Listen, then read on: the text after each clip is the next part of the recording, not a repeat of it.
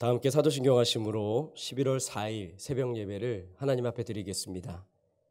전능하사 천지를 만드신 하나님 아버지를 내가 믿사오며 그 외아들 우리 주 예수 그리스도를 믿사오니 이는 성령으로 잉태하사 동정녀 마리아에게 나시고 본디오 빌라도에게 고난을 받으사 십자가에 못 박혀 죽으시고 장사한 지 사흘 만에 죽은 자 가운데서 다시 살아나시며 하늘에 오르사 전능하신 하나님 우편에 앉아 계시다가 저리로서 산자와 죽은 자를 심판하러 오시리라.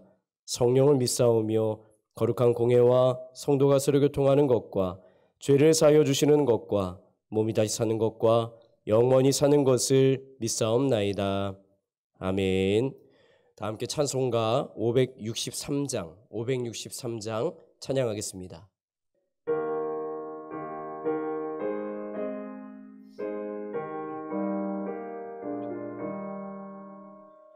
예수 사랑하심을 성경에서 배웠네. 우리들은 약하나 예수 권세만 도다. 날 사랑하심 날 사랑하심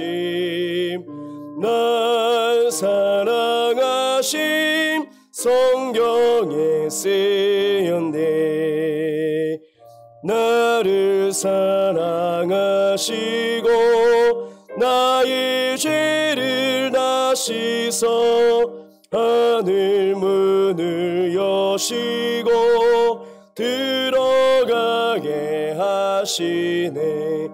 날 사랑하심 날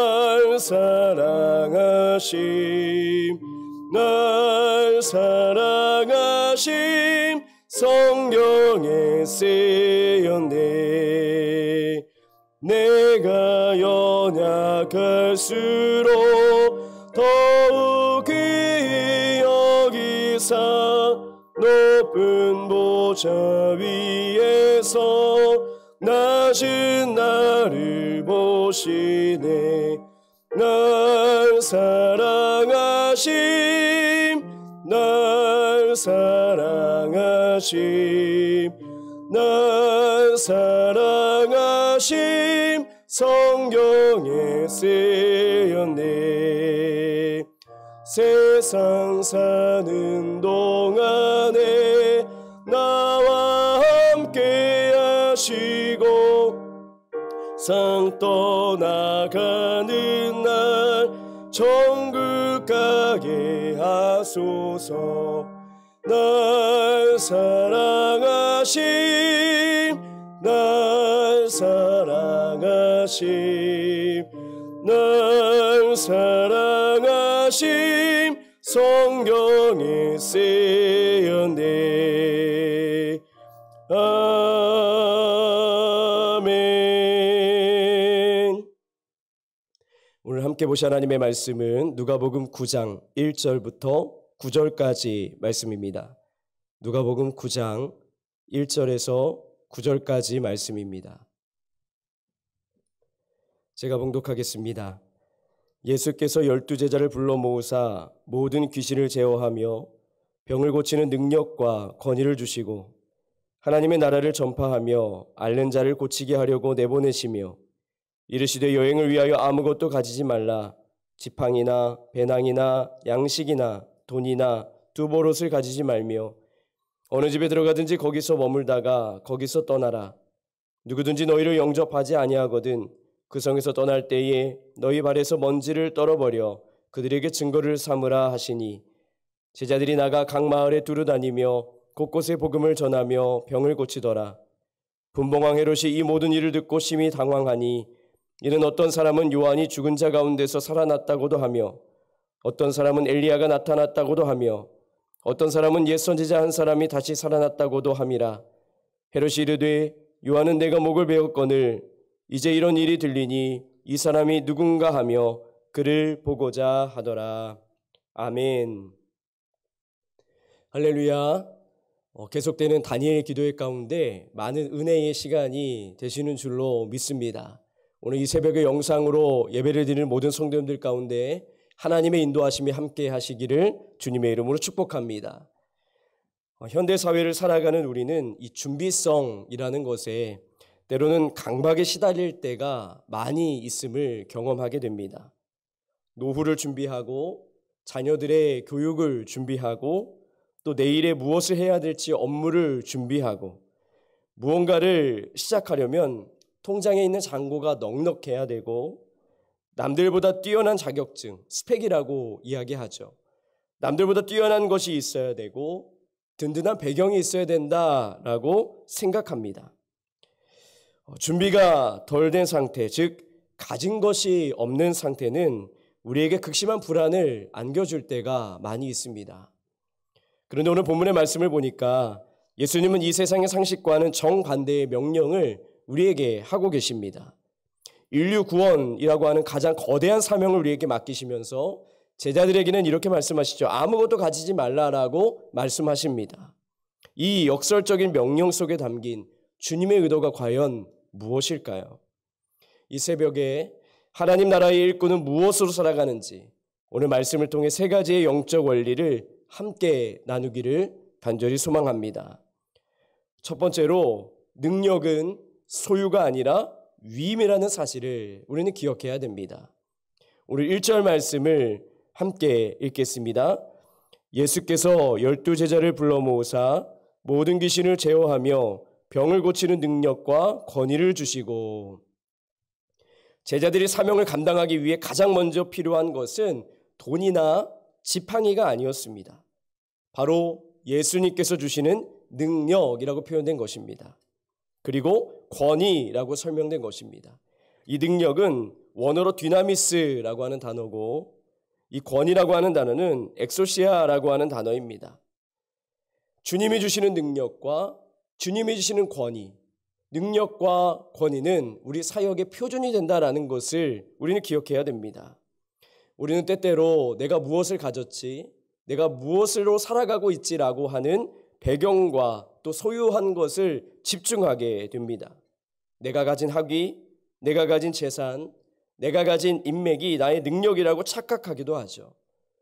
하지만 주님의 일은 내 소유로 하는 것이 아님을 우리는 기억해야 됩니다. 성경 속에 보면 하나님께서 모세를 부르셨을 때에 모세는 40년 동안 광야에서 양을 치던 80세의 노인이었습니다. 그는 자신의 없음만 바라보고 이야기하죠. 나는 본래 말을 잘 하지 못하는 자입니다. 그는 자신의 혀, 자신의 능력, 자신의 배경만 보았습니다. 그때 하나님이 뭐라고 말씀하시냐면 누가 사람의 입을 지었느냐라고 말씀하시면서 내가 너의 입과 함께 있어서 할 말을 가르치신다라고 모세에게 분명하게 말씀해 주셨습니다.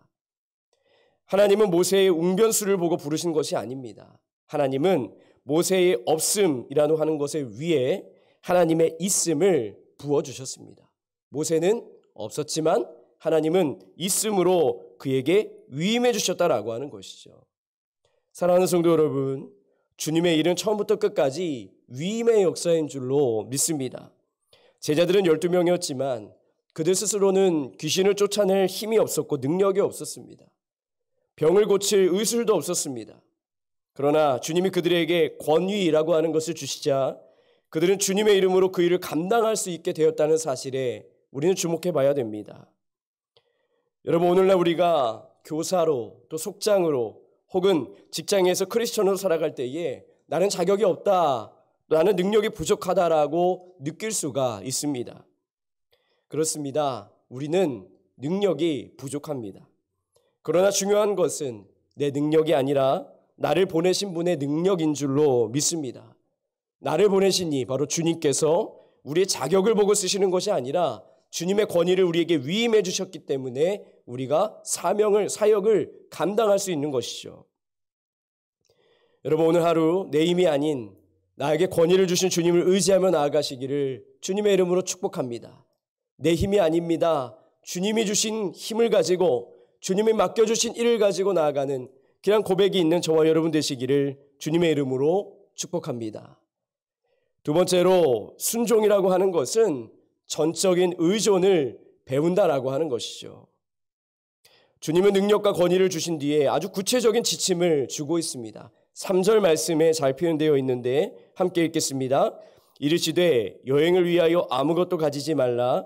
지팡이나 배낭이나 양식이나 돈이나 두벌옷을 가지지 말며. 아멘. 이것은 가난하게 살라라고 하는 명령이 아닙니다. 이것은 전적으로 나만 의지하라라고 하는 훈련의 메시지인 것입니다.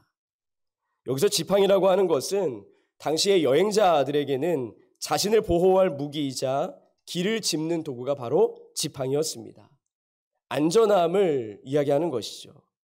또 배낭과 양식이라고 하는 것은 당장 먹을 것입니다. 생존을 위한 비상식량이었습니다. 즉 생계를 의미하는 것이죠. 또 돈이라고 하는 것은 어디서든 필요한 것을 살 수 있는 구매력, 즉 경제력을 이야기하는 것입니다.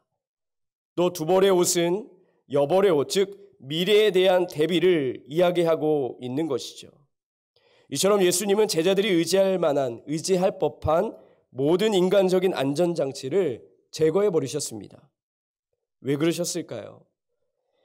만약에 제자들이 돈이 든든한 배낭을 메고 갔다면 그들은 병을 고치고 난 뒤에 역시 돈이 있어야지 선교도 해, 돈이 있어야 돼 라고 생각했을 것입니다.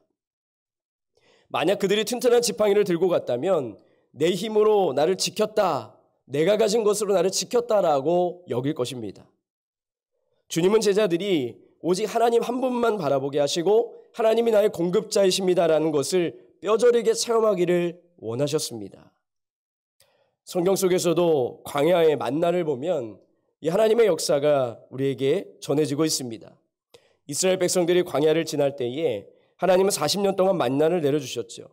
그런데 만나에는 철저한 규칙이 있었습니다. 각 사람은 먹을 만큼만 거둘지니 아침까지 남겨두지 말라라고 하는 하나님의 말씀이 있었습니다. 그런데 어떤 이들은 내일이 너무나 불안하다 보니까 만나를 더 거두었습니다. 그리고 남겨두었죠. 어떻게 되었습니까? 다음날 벌레가 생기고 냄새가 났다라고 표현하고 있습니다. 하나님은 왜 매일 아침마다 만나를 주시는 불편한 방법을 선택하셨을까요? 창고에 1년치를 쌓아두게 하실 충분한 능력이 있었는데 그것이 썩지 않도록 하나님이 지켜줄 능력이 분명히 있으셨는데 왜 매일 아침마다 만나를 내려주셨을까요?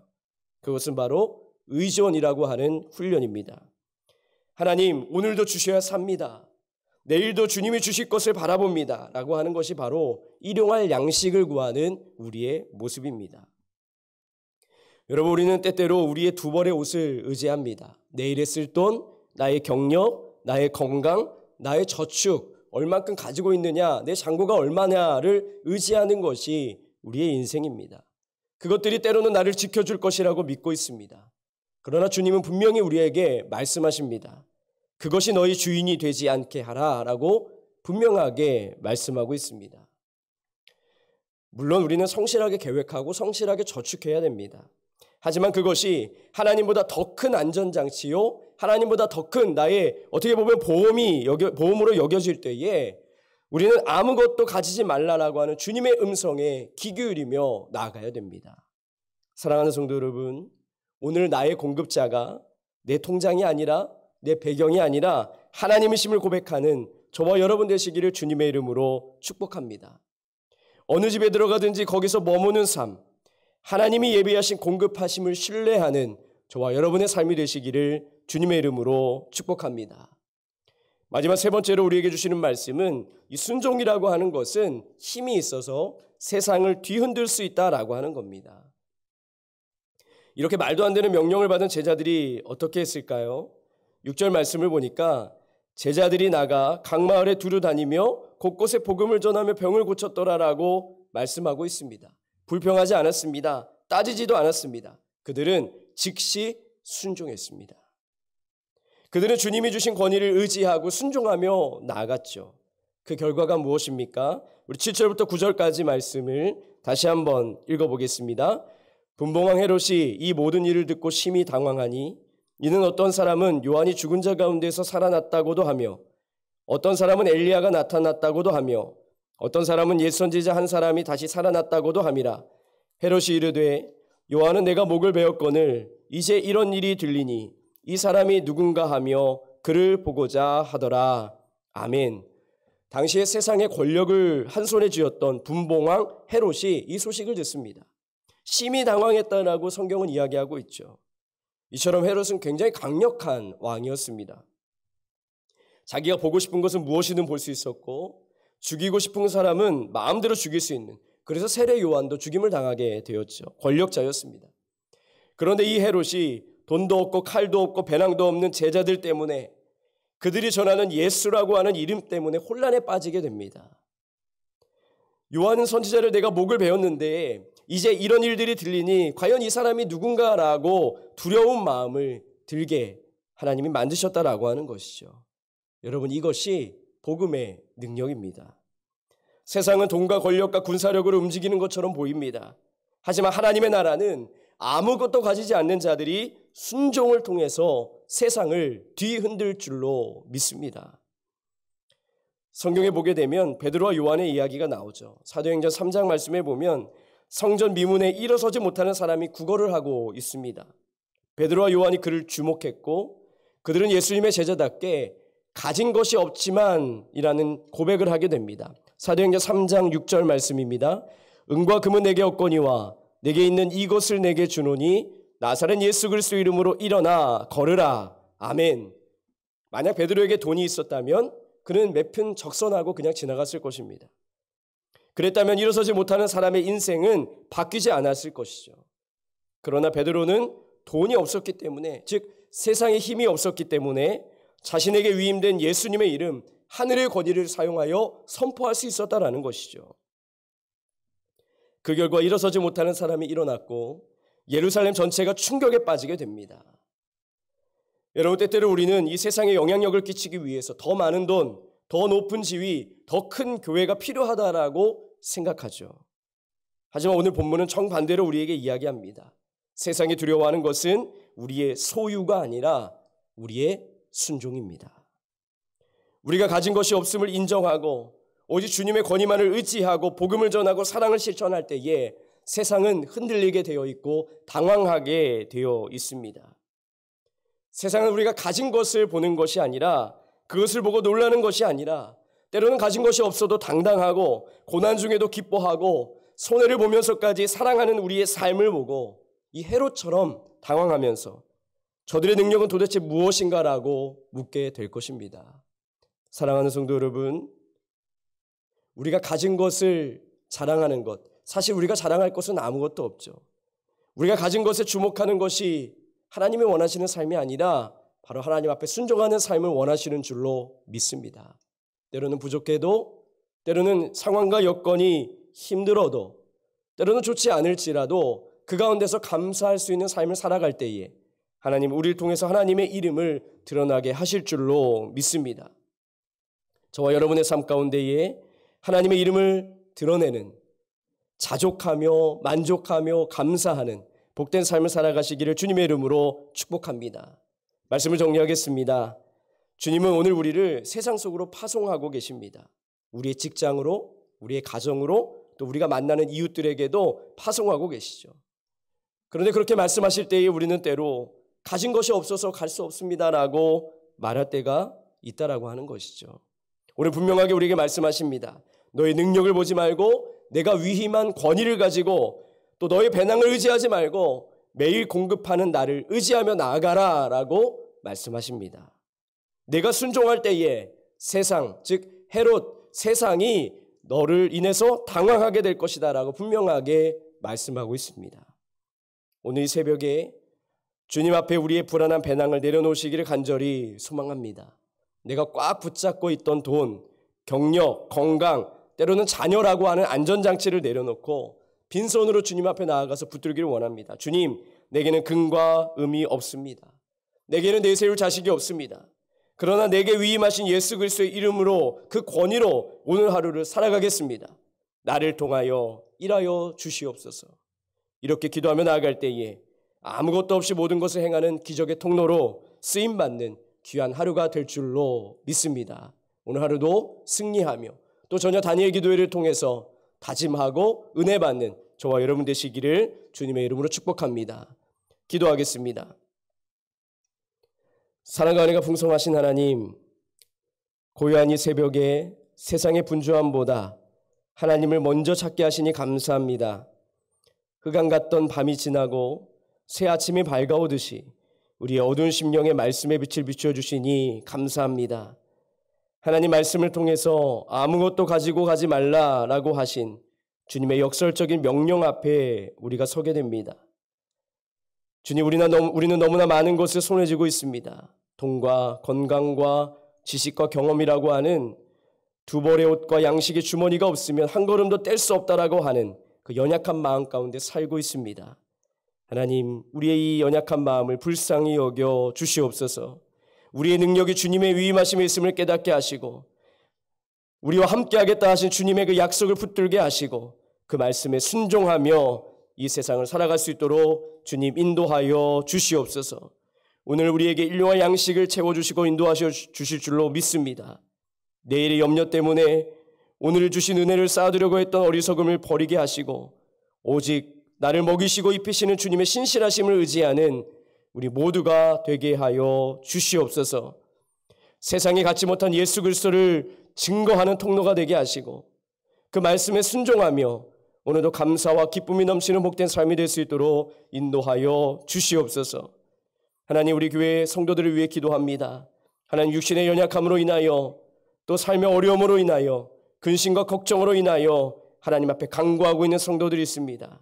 하나님, 한 명 한 명 헤아려 주시고 어루만져 주셔서 세상의 배경이 또 우리의 배경이 우리의 가진 것으로 우리가 만족하는 삶이 아니라 하나님 주님 때문에 모든 것을 이겨낼 수 있는 믿음과 용기를 더하여 주시옵소서. 바라건대 이 모든 것을 헤쳐나갈 수 있는 하나님 환경도 조성해 주시고 하나님의 공급이 있게 하여 주시옵소서.